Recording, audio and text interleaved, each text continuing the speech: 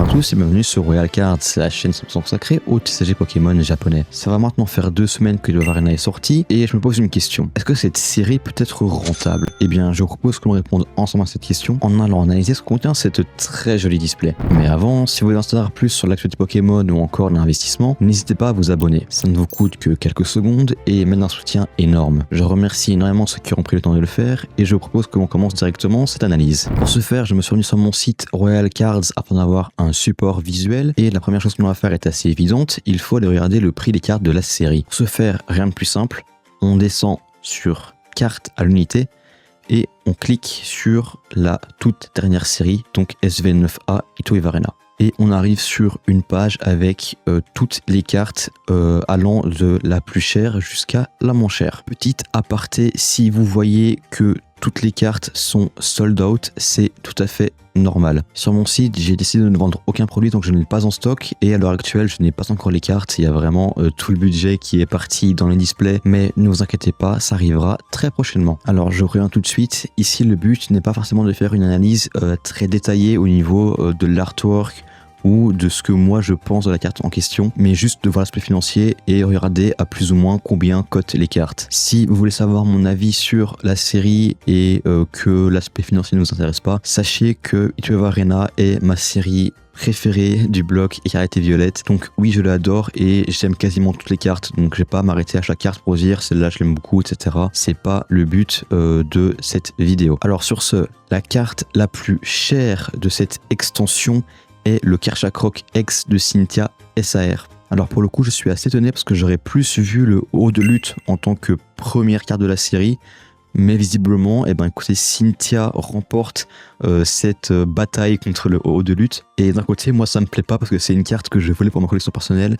Et là, malheureusement, vu le tarot excessif, 251 €, c'est très cher. Je vais avoir du mal à la récupérer. Pour le coup, si vous réussissez à la tirer, vous êtes un sacré chanceux. Et que ce soit pour la revendre ou juste pour la garder, vous avez eu une pioche royale. Ensuite, la numéro 2, comme on le disait, c'est le OO de lutte, carte qui est incroyable, qui est actuellement à 175 €. Donc c'est un gros montant également, car qui selon moi a un avenir vraiment radieux. Vous savez que OO et Lugia, c'est des Pokémon qui sont très appréciés. Et pour le coup, ce OO là, ainsi que le Lugia de Paradigm Trigger, dans quelques années, je les vois bien à des prix vraiment très salés. Donc à titre personnel et hors investissement, c'est une carte que je vais aller mettre dans ma collection sans aucun doute. Elle est juste trop belle, il me la faut absolument. Ensuite, troisième carte de cette série, on a toujours une SAR, bien évidemment, ce sont les cartes les plus chères,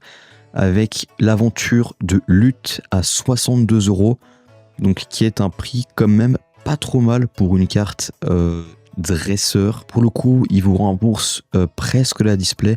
D'ailleurs, je pense que je ne vous l'ai pas montré, je vais vous le montrer tout de suite, mais la display est actuellement à 82 €. Donc autant vous dire que à ce prix-là, si vous réussissez à tirer Cynthia ou ne serait-ce que le OO, vous faites minimum x2 ou x3. Ensuite, première gold de la série avec le Karchakrok X de Cynthia en gold à 42 €. Une preuve que les cartes les plus rares ne sont pas forcément les plus chères, puisque le Karchakrok Gold est plus dur à faire tomber de mémoire que le Karchakrok X SAR.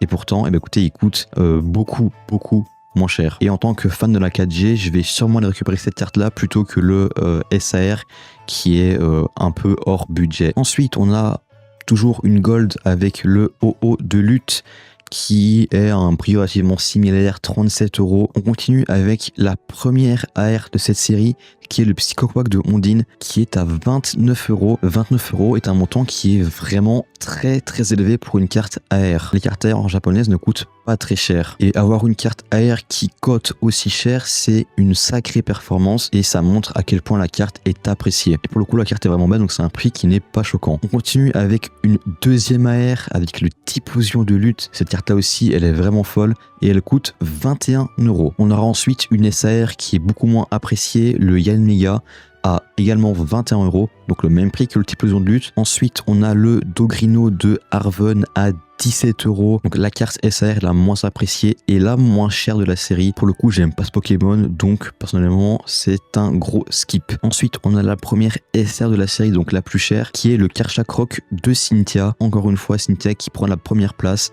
à 15 €, donc un prix relativement abordable. Ensuite, on a l'aventure de lutte en SR à 13 € et on continue avec le Roserade de Cynthia AR à 13 € également. Alors pour le coup, une carte AR à 13 €, c'est une très bonne performance, donc carte à surveiller. Ensuite, on a la pire gold de la série, très clairement, qui est un stade ou une ville, je sais pas, à également 12,50 €. Donc pour le coup, si vous avez une gold et que vous malheureusement chopez celle-ci, vous êtes vraiment pas très chanceux. Ensuite, on a le OO de lutte en SR à 12 €. On continue avec le low class de Ondine en AR à 12 € également. Pareil, encore une fois, une AR à 12 €, c'est un très bon prix. Ça montre que c'est une carte qui est très appréciée, donc à surveiller. Ensuite, on a MC Excitement à 11 €. Carte qui, pour le coup, je pense, n'est pas intéressante. Elle cote un petit peu parce que c'est un dresseur féminin, mais je vous recommanderais pas forcément d'aller la chercher, à moins que ce soit pour la collection. Ensuite, on a un petit Shaymin à 9,50 €, carte qui est vraiment sympa et que je vais la récupérer puisque je collectionne les cartes de la 4G. Et en vrai, pour la carte, 9,50 € pour une AR, c'est ok, ça montre qu'elle est plutôt appréciée. Ensuite, on a le Yanmega SR à 6 €. Donc là, on commence à être sur des cartes qui n'ont vraiment plus beaucoup de valeur. Donc, on va pas vraiment s'y intéresser très longtemps. Le Galopa à 6 €. Ça veut pas dire que les cartes sont pas intéressantes, mais c'est juste qu'il y a tellement d'air qui sont plus jolies. On a vu au-dessus avec le Psycho Quack, le Low Class, etc.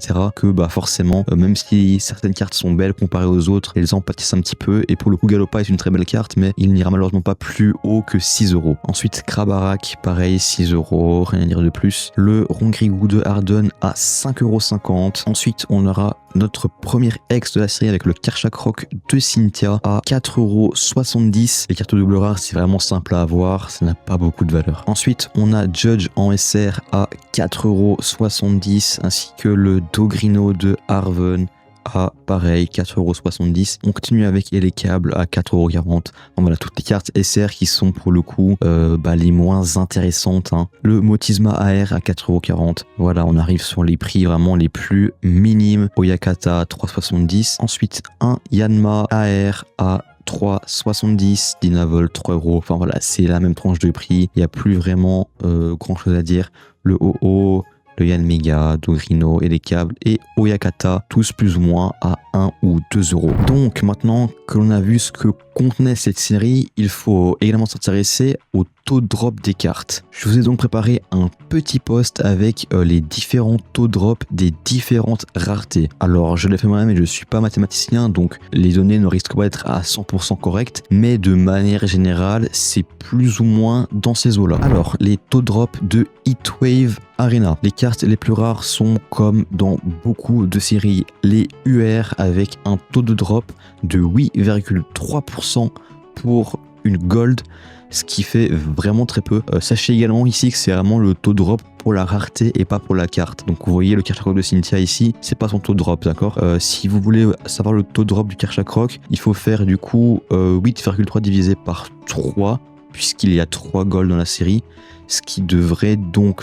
faire quelque chose comme 2,8%, je crois. Donc vous voyez, 8,3% de chance d'avoir des cartes gold, et pourtant elles n'ont pas spécialement une cote énorme. Alors quand même, le Karchakroc qui est à 40 €, pareil pour le OO qui a plus ou moins 36-37, ça reste des prix non négligeables, mais on aurait pu s'attendre à quand même un petit peu plus. Ensuite, nous avons les cartes SAR qui sont à 16,6%. D'ailleurs, peut-être que je ne l'ai pas dit, mais c'est calculé par display forcément. Donc dans un display, vous avez 8,3% de chance d'avoir une ER, 16,6% de chance d'avoir une SAR. Donc pour le coup, 16,6, c'est quand même pas trop mal. Ça reste pas énorme, on va pas se mentir, mais c'est pas non plus impossible à aller chercher. Surtout qu'on a vu que parmi les SR, il y en a quand même 3 sur 5 qui codent vraiment pas mal, notamment la Cynthia forcément, ainsi que le OO et la carte de l'aventure de lutte. Donc ces 3 cartes là vous mettent vraiment bien et vous avez quand même plus de chances d'avoir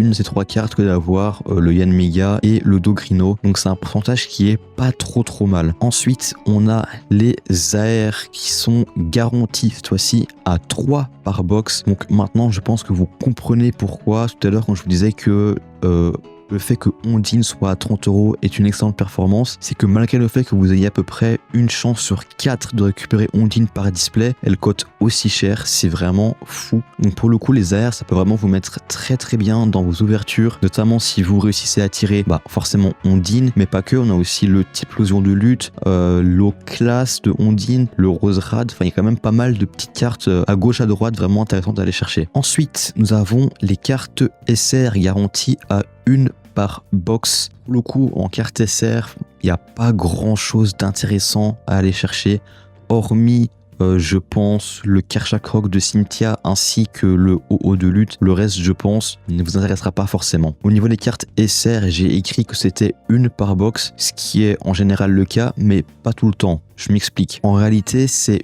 une SR ou mieux minimum. Donc dans votre display, vous pouvez très bien avoir à la place de votre SR une SAR ou une UR. Il est aussi possible que vous ayez 2 SR, c'est plutôt rare, mais ça existe. Et vous pouvez aussi avoir une SR ainsi que une SAR ou une UR. Mais c'est encore une fois plutôt, voire vachement très rare. Il y a également une infime possibilité que vous ayez une UR plus une SAR. Mais si vous avez ça, les gars, franchement, jouez au loto parce que vous avez vraiment beaucoup de chance. Donc ensuite, vous avez les cartes double rares qui sont garanties à 4 par box. Donc il n'y a pas grand chose d'intéressant à dire. Je pense qu'il y a peut-être 6 cartes double rares dans la série, donc 4 par box. Ça vous en fait que 2 manquantes. Forcément, les cartes double rares ne verront jamais prendre en valeur. C'est beaucoup trop simple à obtenir. Donc ça ne vaut pas vraiment la peine de s'y intéresser pendant des heures. En conclusion, je pense que c'est une série qui, pour le coup, n'est vraiment pas déconnant pour une ouverture. Même si t'arrives pas à rembourser tout à display, à moins que tu sois extrêmement malchanceux, il y a peu de chances que tu ne réussisses pas à au moins rembourser la moitié, voire un petit peu plus, grâce à toutes ces petites cartes à gauche à droite qu'on a pu voir à 10, 15, 20 €. Et puis on n'est pas à l'abri sur un coup de chance de réussir à avoir une SAR qui puisse, vous faire rembourser, voire même doubler, voire tripler votre display. Donc si tu aimes faire des ouvertures et que la série te plaît, je te conseille de pourquoi pas l'ouvrir. Après, si tu n'aimes pas forcément faire des ouvertures et que tu veux vraiment juste faire des sous, je te conseillerais forcément plus de la garder scellée, ça me semble plus intéressant. Moi dans mon cas c'est une série que je vais ouvrir à 100%, j'aime trop les cartes, il y a des cartes qui sont vraiment incroyables et il me les faut absolument dans ma collection.